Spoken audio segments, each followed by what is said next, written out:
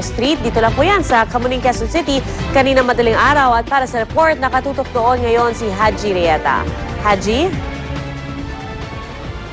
Yes, Pia, umabot na nga sa 5 bahay ang nasunog dito sa may Cater Street at Henner Street dito sa may barangay Camuning, Quezon City. Nagsimula ang sunog mag-alas 3 sa kaninang madaling araw. Ayon kay Jerry Hernandez, isa sa mga nakatira sa isang bahay na nasunog, nagising daw siya nang may marinig siyang sumabog na malakas sa loob o sa labas ng kanyang kwarto. Nang lumabas daw siya at nakita na nga raw niya na gumagapang ng apoy at patuloy nang lumalaki ang nakita niyang apoy. Ang mga kapitbahay naman, Pia, kanina nagtakbuhan na dahil sa takot na pati sila ay madamay sa sunog. Sa ngayon na Pia, umabot na sa second alarm ang nangyaring sunog dito nga sa barangay Camuning. Pia? So, Haji, yung mga residente, nakalipat na rin? Or nakalikas? Yes, Pia. Yes, Pia. Nagsilabasan na sila kanina nung nakita nilang lumalaki na ngayong apoy. Alright, maraming salamat, Haji Rieta. Samantala, mahigit 1 linggo matapos tumamang bagyong Pedring, ramdam pa rin ang epekto nito para sa ating mga consumers sa naging sunod-sunod na pagtaas ng presyo ng mga pangunahing bilihin gaya na lamang ng sardinas. At 40 sentimo ang naging dagdag presyo sa kadalata ng sardinas na ikalawang beses na pagtaas sa buwang ito. Paliwanag ng Alliance of Fish Canners dahil daw yan sa mahigpit na supply ng islang nahuhuli. Pangamba ng Philippine Amalgamated Supermarkets Association, maaari rin maapektuhan daw ang supply ng sardinas kung tuloy-tuloy ang paggamit dito bilang relief goods. Bukod po sa sardinas, tumaas na rin ang presyo ng isda at gulay sa mga pamilyan. At ayon kay Trade and Industry Secretary Gregory Domingo, hindi pa raw kasi nakaka-recover ang maraming palaisdaan at taniman na nasalanta ng bagyo. Pero ang good news, ayon sa DTI, wala pa naman daw kakulangan sa supply ng bigas at manok. Matatag din daw ang presyo ng asukal at bumababa na ang presyo ng harina na posibleng magbunsod naman sa pagbaba ng presyo ng tinapay. Mahigpit naman ang ipinatutupad na price freeze sa mga lugar na isinalalim sa state of calamity. Ipapaskil at ilalathala raw ng DTI ang tamang presyo ng produkto sa mga nasabing lugar. At kung mapapatunay nananamantala ang isang nagtitinda, maaari siyang pagmultahin o di kaya'y ikulong. Bukod sa mga sakit dala ng paglusong sa baha, isa na rin po sa mga pinangangambahan ngayon ang matuklaw ng ahas o di kaya'y makagat ng daga. Tulad na lamang na isang lalaki sa Kalumpit, Bulacan na natuklaw ng Philippine Cobra na 5 pulgada ang haba. Tingin ng mga kaanak ng biktima na bulabog ng bagyo ang lungga ng cobra, kaya pumasok sa bahay nila sa pamamagitan ng baha.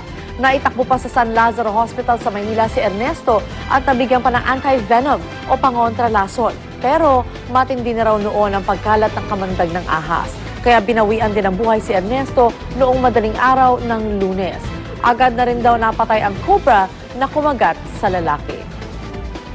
Sa Macabebe, Pampanga naman, isang ginang ang kinagat or nakagat ng daga. Kwento ni Aling Let, dinampot daw kasi niya ang isang inakalang patay na daga na itatapon niya sana pero bigla daw siyang kinagat. Kaya naman payo ng mga doktor, kumakagat ng ahas o daga, agad daw linisin ang sugat.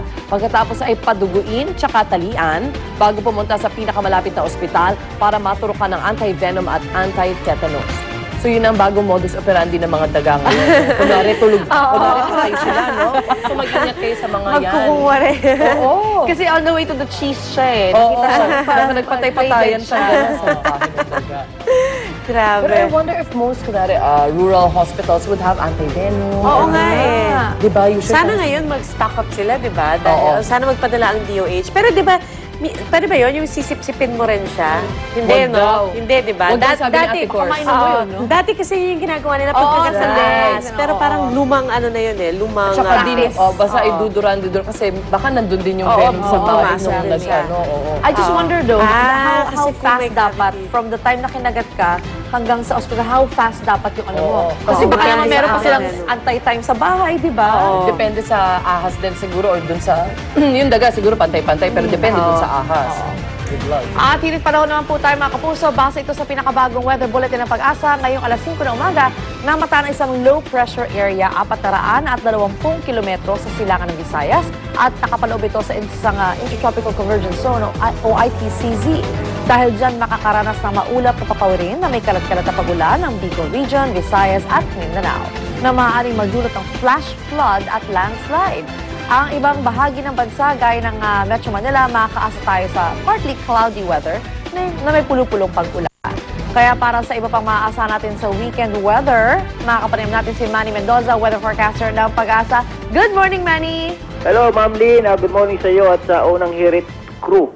Yeah, crew talaga. Yes, good morning, Manny. So, Manny, ano ang magiging lagay na panahon ngayong araw na to? Particular na sa Central Luzon. Tulad ng iyong sinabi, makakaranas ng maulap na kalangitan na may kalat-kalat hanggang sa malawakang mga pagulan at pagkidlat pagkulog sa Kabikulan, Kabisayan at Mindanao na maaaring magdulot ng mga pagbaha at pagguho ng lupa. Oo. Samantala, kasama ang Metro Manila. Central Luzon, Oo. Metro Manila, magiging madalas na maulap na may kalat-kalat na pagulan at pagkidlat pagkulog ang nalalabing bahagi ng Luzon, kasama nga ang Metro Manila. Okay, itong LPA na sinasabi natin papalapit dito, ito maaari pa ba maging bagyo? At kung kailan nga ba ito pupunta o papasok sa Philippine Area of Responsibility?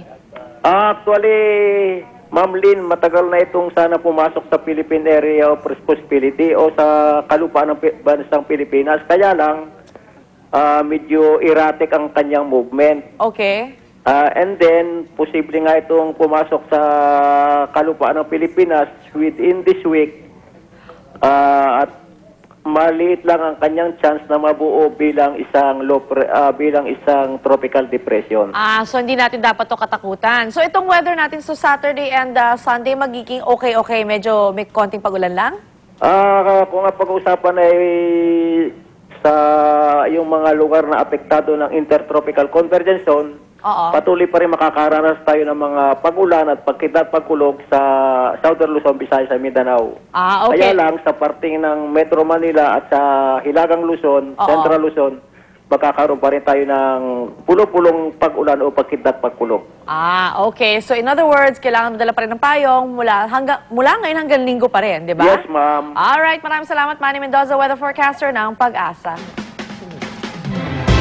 Samantala, dahil sa nangyaring pagbaha sa Central Luzon, sinisisi ngayon ni House Deputy Minority Leader Danilo Suarez ang mga kinansalang infrastructure projects ng Aquino Administration. Ang kay Suarez, 11 na short-term infrastructure rehabilitation projects sa Luzon na inaprubahan noong manala sa mga bagyong Ondoy at Pepe noong 2009 ang kinansela ng kasalukuyang administrasyon. Kaya naman pinagpapaliwanag niya ang DPWH kung bakit ipinahinto ang mga nasabing proyekto. Mabilis na paglilinaw ng DPWH, kontrata at hindi raw mismo ang proyekto ang kinansela. Pero sa kabila nito, sinisimulan ng dredging o ang paghukay sa Pampanga River dahil sa naipong sediment o lupa sa ilalim nito. Isa po ang Pampanga River sa mga umapaw na ilog noong nanalasa ang mga bagyo. Kaya mamaya po lilinawin natin ang mga ginagawa ng Administrasyong Aquino para hindi na maulit ang mga matinding pagbabaha at makakapanayan po natin si DPWH Secretary at ang bagong Water Czar na si Rogelio Singson sa Talakayan with Igan. Samantala, bukod sa may inom na tubig at pagkain, pangunahing pangangailangan ngayon sa mga evacuation center ng mga nasalantang baha ay mga damit. Kaya naman ang Bureau of Customs naisip na buksan ang daan-daang kahong naglalaman ng pinaghihinalaang smuggled na second-hand na damit o ukay-ukay para i-donate sa mga nasalanta ng baha. Mismong si Customs Commissioner Rufy Biason ang nangasiwa sa turnover nito sa DSWD. Waived o hindi na pinababayaran ang tax sa mga ito. Pero may kailangan pa ring bayaran na wharfage fee na aabot ng 140,000 na nakasaad sa ating batas. Sino magbabayad ng wharfage fee? Oo. Tapos pinaghihinalaan pa lang siya. Oo nga eh. Ayun lang. Pero dami, tanong oh. lang. Ang dami makikinabang yan, ha? Oo naman, pero... Diba? Okay, so at least yung box na yung confirmed naman. Oo nga. Ang dami palang mga nako-confiscate na ukay-ukay items. But then, di ba sinasabi nila yung mga ukay-ukay items na they're really meant for, di ba, it's from Salvation Army. It's really meant for donation. donated. So, as it should be. So, napupunta rin sa tamang pagpunta talaga. At eto, makibalita na po tayo sa kalagayan ng mga kababayan natin binaha. At nasa isang evacuation center ngayon sa Hagonoy, Bulacan, ang ating kasama si Susan Enriquez. Good morning, Marin Sue. Good morning, Pia. Good morning po mga kapuso. Balik po tayo dito sa Barangay San Pedro sa Hagonoy, Bulacan, kung saan dito nga po inilikas yung ilan natin mga kababayan mula dito sa Barangay San Pedro, kung saan ay mataas po yung naging tubig baha sa kanilang lugar. At hanggang ngayon ay may mga 50 pamilya pa po ang kasalukuyang naririto pa rin sa naturang paaralan. Kaya ngayong araw po ang ating serbisyo publiko, ito pong help desk. Yan, meron po tayo mga kinatawan mula dito sa NSO, Pag-ibig at GSIS para po mag-process ng mga dokumento nitong ating mga kababayan. Yung sa Pag-ibig at sa GSIS, yun yung gusto mag-avail ng calamity loan, samantalang sa NSO naman, yung mga